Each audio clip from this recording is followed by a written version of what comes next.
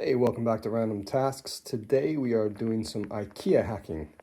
I'm going to create a enclosure for the cat toilets, the litter boxes, by hacking up this IKEA Bestå cabinet.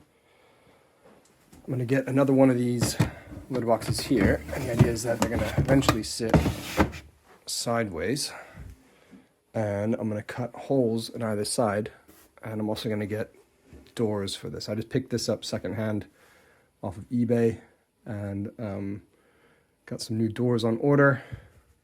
And the idea is, as I said, I'm just going to take this panel out, cut an opening here. The tricky bit is that, as you will see when I cut these open, is that inside here is essentially like a honeycomb of cardboard.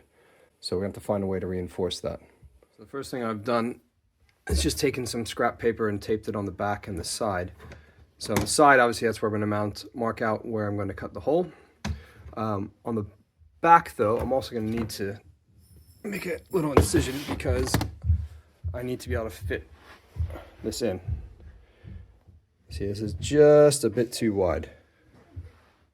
So this is 40 centimeters wide, and this entire thing on the outside is 40 centimeters wide, so it needs to actually go in just a little bit. If I take this shelf, put it here, you can see it doesn't quite line up. So I'm going to basically cut a slot in the back panel to allow that to go in just a little bit, because it only needs to go in about 1 centimeter. And I'm going to use a pencil now to basically mark out roughly on here where that is, and I'll take some measurements afterwards, but just to kind of give a rough idea where that lines up.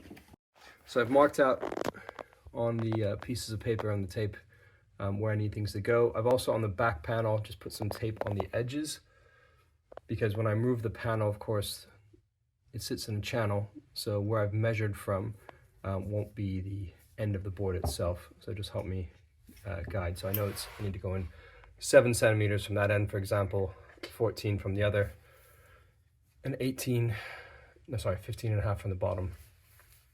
And here, I don't need to worry about that because this is going to stay the same dimensions. So I've just marked out the kind of upper and lower extremities as well as the side bits. It's roughly going to go based from the bottom 35 centimeters from the bottom to the top 35 centimeters, bottom to the lower bit about 14, and then 21 centimeters across. So now I'm going to take this apart. Now luckily these things are pretty simple to take apart. Like a lot of IKEA furniture, it's basically these little cams up here. Basically turn those, and then it's 1, 2, 3, 4, 5, 6, holding the top on, and then just lift it off. So once you've turned the 6 things, you just basically lift up. It's that simple.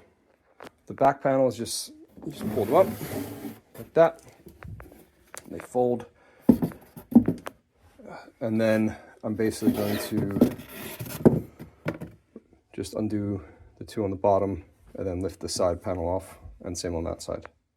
Okay, so I've marked out with some tape, and then obviously with a ruler and a square what I want to cut out here. So I'll do this one first. I've already marked out the other piece as well, but we'll get to that in a second. So first I'm just going to drill a hole through here. So now I've got the hole here, which is big enough for my jigsaw blade.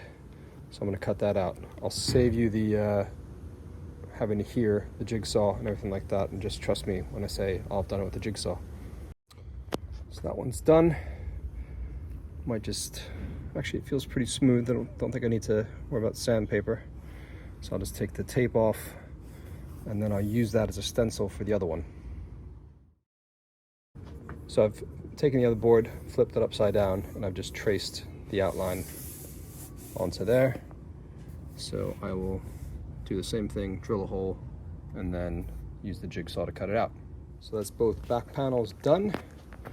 Now I'm going to move on to the side panels, which are harder, which you'll see why in a minute.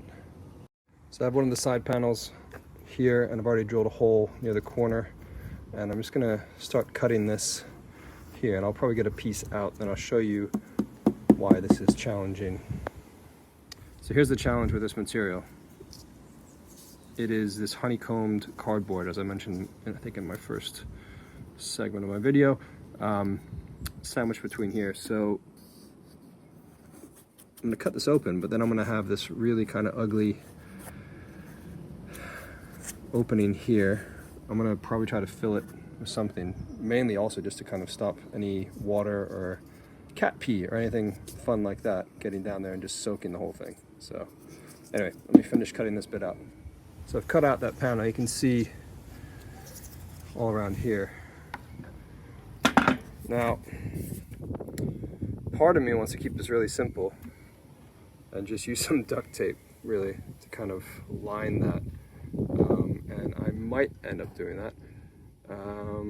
Another solution would have been to get a cat flap and fit on there that would basically probably cover that, but I didn't necessarily want to do that. The litter box already has a cat flap. So if I really cared about it, I would get some wood and kind of make sure it's the right thickness sticking in there. I mean, the edges of these boards are hardwood, right?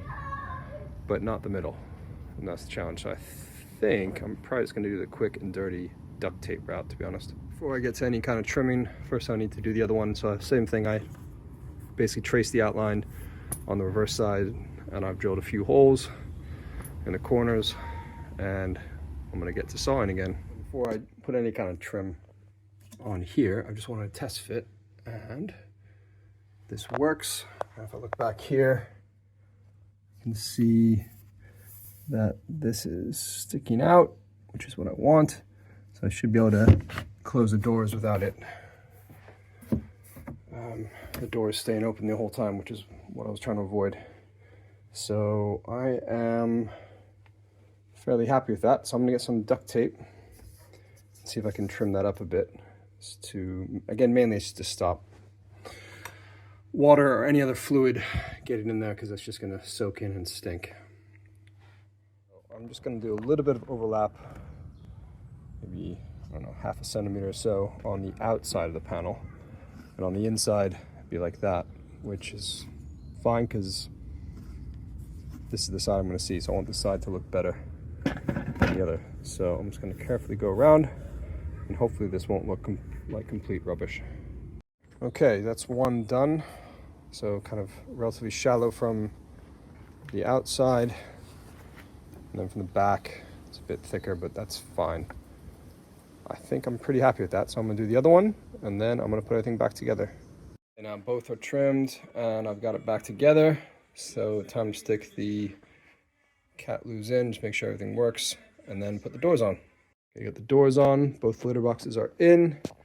Got the shelves in as well, which is a handy place to put the scoops. So I can close these, and they close properly without sticking out. So I've got one entrance here, and one entrance there. I'm not going to stick around to see if they actually start to use it, but I think this is going to work. So this is a great solution to hide the litter boxes so they're not in view. I'm quite happy with the solution. So that is going to be it for today's episode. Hope that was useful. You should check out IKEAhackers.net for a lot of cool IKEA hacking projects. I've posted a couple things there myself and over the last 15 odd years. So otherwise, we'll see you next time on Random Tasks, and please like and subscribe.